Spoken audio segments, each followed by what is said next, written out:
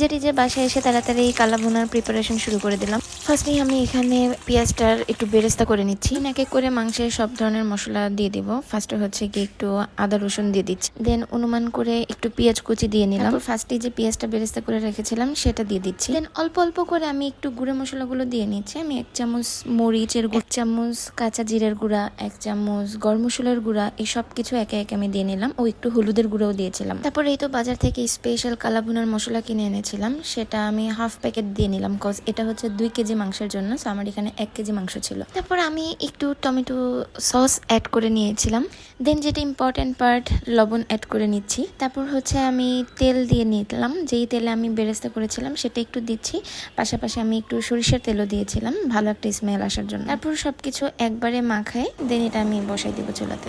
তো ফার্স্টে তো কষানো হয়েছে, দেন কষানোর পর আমি একটু পানি দিয়ে দিয়েছিলাম সিদ্ধ হওয়ার জন্য। সো তোমরা তোমাদের অনুমান করে এগুলো পানি দিতে পারো, মাংসটা সিদ্ধ হওয়ার জন্য যতটুকু প্রয়োজন ততটুকু। আর এর মাঝখানে কিন্তু আমি কয়েকবার এসে উঠে উঠে এটাকে মানে নাড়াচাড়া করে দিয়ে গিয়েছিলাম, না হলে নিচে লেগে যাবে। আচ্ছা, তো আমি লাস্ট পর্যায়ে আর একটু এখানে টমেটো সস দিয়ে নিলাম। এই দেখো অলমোস্ট কিন্তু আমার কালো ভুনাটা হওয়ার পথে, প্রায়ই হয়ে গিয়েছে।